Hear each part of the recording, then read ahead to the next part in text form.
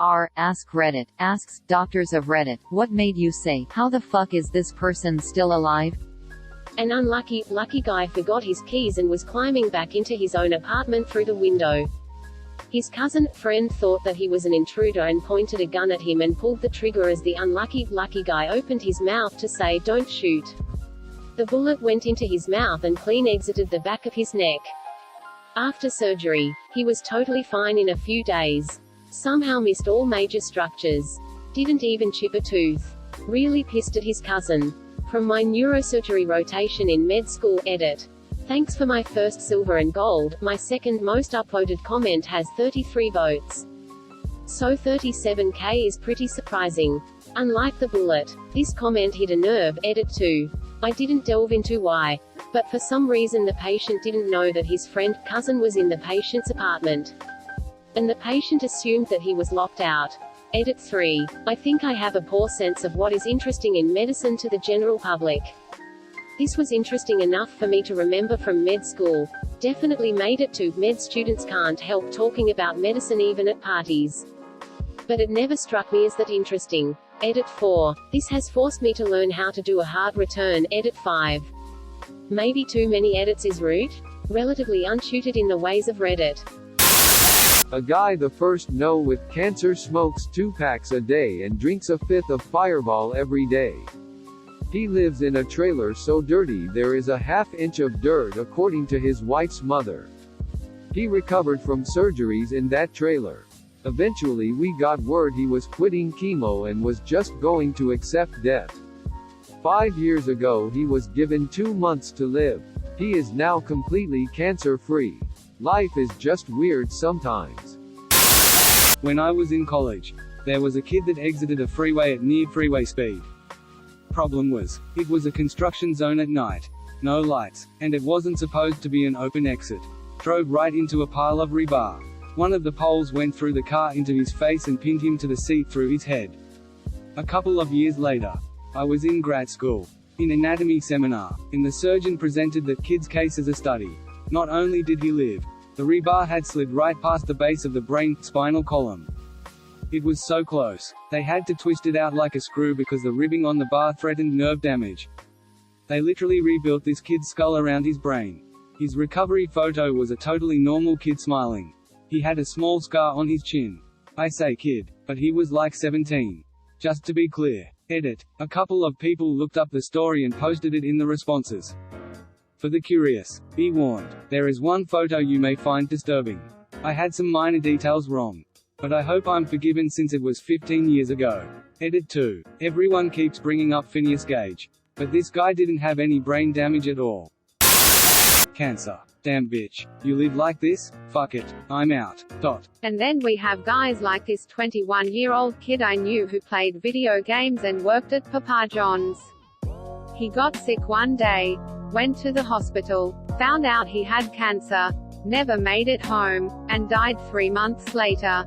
Every time I think about my mortality this kid comes to my mind. A decent boy who stayed away from smoking and drugs.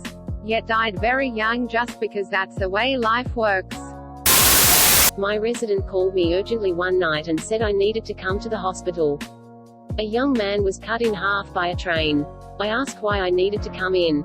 There was no way he could survive that. She explained that somehow he was maintaining his pressure and wasn't bleeding out. When I arrived, I found that the Forza train had sealed off all the major vessels from the pelvis down. I need closure. 2 that stick out. Guy gets shot in the abdomen. Drops to his knees. Shooter puts one through the top of his head near his forehead. Bullet exits through his jaw. He wouldn't stop complaining about how much he hates that the guy who shot him. Young girl driving a car gets T-boned on the passenger side by an Altima going at least 70 miles per hour. Her car looks like it was hit by an IED, so we assumed she was deceased upon arrival when the other crew on scene said our focus was extricating the people in the Altima. Girl driving was completely unhurt. Buy a Volvo. This is why the Car Talk guys would always recommend a Volvo to any caller asking about what car to get their teenager. Kind of a retelling, but one time a cadaver on which I was performing an autopsy had a lung which was flipped upside down. When I tried to flip it to the proper position, bloop, it flipped right back to upside down. After some due diligence we realized the lung was a transplant. The surgeons who performed the transplant had attached the organ incorrectly. The lung had been fighting to be upside down its whole life in this other man.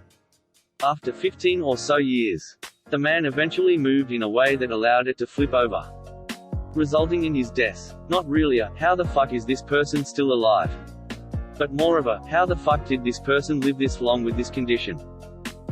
Wow, that's really awful if the surgeon's mistake cost the guy his life. Crimp like a human tortellini. Why am I still reading this thread? Mamma mia. Morbid curiosity. Had a lady walk into the hospital with her face pointed at her chest. Her C1 vertebra had somehow fallen off C2, with her spinal cord delicately draped across the odontoid process. No damage to anything. Repaired with slow traction and a halo for a little while. Still baffles my mind 5 years later. Edit. Lots of questions. This little old lady said it happened slowly over time. But when she woke up from her nap that evening, something felt different. No traumatic injury reported. She had been sidestepping for almost a year. I haven't had time to draw a diagram yet. But I'll come back in a little while when I have a chance to doodle one. Edit 2. Behold, my attempt at a diagram of how she, URL redacted, A, 4 ROS 2R, I'm afraid it doesn't make the situation any less scary. Older woman called 911 for chest pain. Her vital signs were shit and she had the look that anyone who's ever seen a patient about to die will recognize instantly. Her EKG suggested multiple blockages in her coronary arteries. And we had to put her on a ventilator shortly after she got to the ER because she deteriorated so quickly. Cath lab confirmed the EKG findings. Complete blockage of one artery and 99% blockage of 2 other major arteries. Unfortunately, it was too extensive to resolve with PCI, so the only option was to fly her to the University Hospital in the city for an emergent triple bypass. It turned out that she'd had multiple episodes like this, but not quite as severe, over the last 6 months and had refused bypass surgery not once, not twice, but 3 times in favor of a Mediterranean diet. Well, at this point she didn't have much say anymore and family agreed. So off to the OR she went. I took care of her again about 4 months later and she actually seemed to have made a remarkable recovery. She triple bypassed it. Holy crap, my first gold and silver for this? Question mark. Sure. Really pissed at his cousin. That's free beer for life. Hey cousin, you remember when you shot me with a gun? You get this round. Edit. Rip my inbox and thank you so much for my first silver. Remember that time I got that round? Yeah, you get this round too. Until that one time you suggest it and cousin gets annoyed you're always milking it. And he shoots you intentionally. Edit. Dang. Tar for silver. She triple bypassed it. Holy crap, my first gold and silver for this? Question mark. Poor. I refuse to believe people are this witty in the middle of the night. You can't triple bypass a triple bypass. As a student had a young guy come in who self-inflicted a 22 to the inside of his mouth and passed out. Awoke the next morning. Didn't recall the night prior. Went to work. 2 hours into work he says he's not feeling right and starts acting odd. Coworkers call EMS. They take him in and the ed is working him up and in the process notices a mix of clear fluid and blood in the back of his mouth. They call ENT and get a CT head. Shows 11 or so bullet fragments throughout his noggin. The guy was acting by that time completely unfazed. I was very fazed. Holy shit. Working in an Aboriginal community, a woman walked in complaining of a headache behind her eye. She was told to take a seat and as she turned around she had a butter knife sticking out the back of her skull.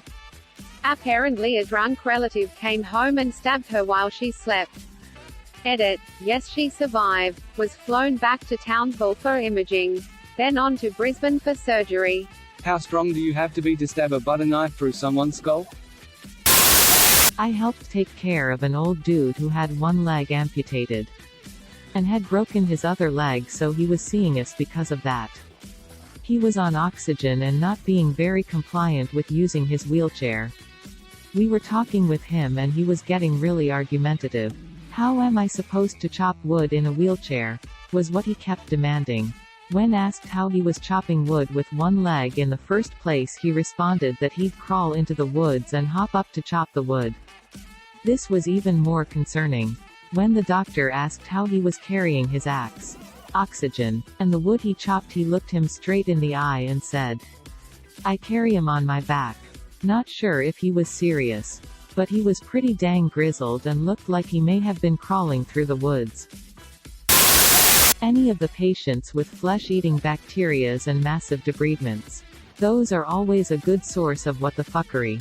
Or the fasciotomies that hang open for weeks, getting lavaged daily. It always amazes me that the patient can endure that brutal treatment and eventually heal. The human body is an amazing thing. Thank you for watching. Please like and subscribe to support the channel, and above all, have an excellent day, you incredible people.